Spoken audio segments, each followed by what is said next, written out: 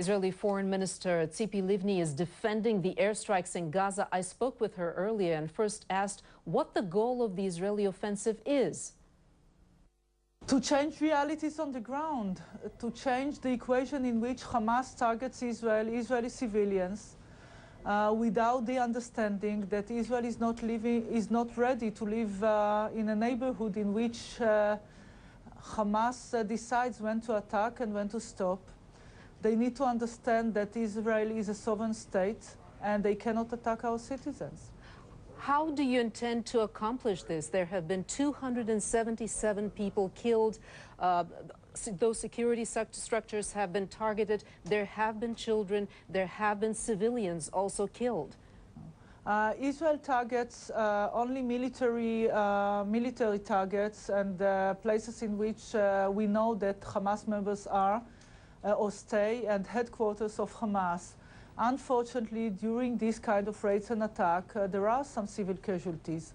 But Israel took all the necessary steps in order to warn the civilians before the attacks, to leave the places in which they know that Hamas stays, but in a war like in a war. But according to our values and according to our policy and strategy, we are trying to avoid any kind of civil casualties or to minimize civil casualties during these attacks, even though, as you can imagine, it's impossible to avoid it completely. Is a ground attack in the making? We have seen tanks, we have been seeing soldiers on the border with Gaza.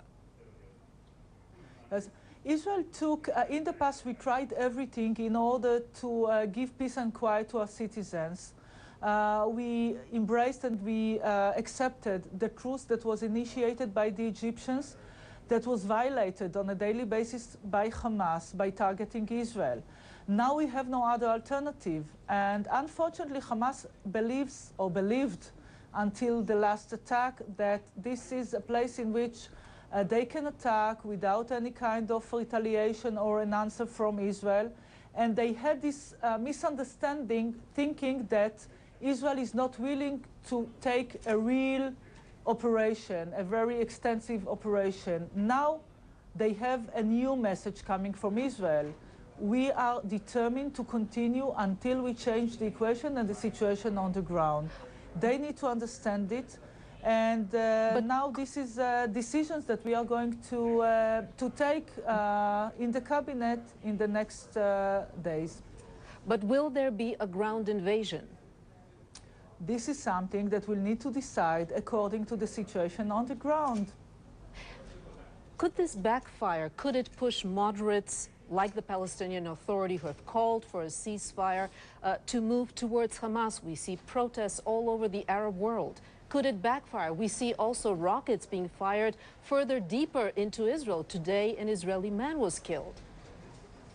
The problem is, this is true, the problem is that Hamas abused the truce in order to get missiles with longer range, and now, since Israel accepted the truce, more Israeli civilians are under threat. But it's more important to understand that the Israeli government policy works in a dual strategy. On one hand, we launched the Annapolis process with the moderates, with the pragmatic Palestinians, in order to reach a peace treaty. This can work only if simultaneously we can work against Hamas, against terror, and against the extreme Islamists organization, and Hamas is one of them. So in order to strengthen the moderates, we need to confront extremism. Now, I know that there are some demonstrations, and I know that the pictures, especially in Al Jazeera, is something that can provoke some parts of the Arab world. But I do believe truly that what we are doing serves the interest of all the moderates in the region and the entire Palestinian people, as well as Israelis.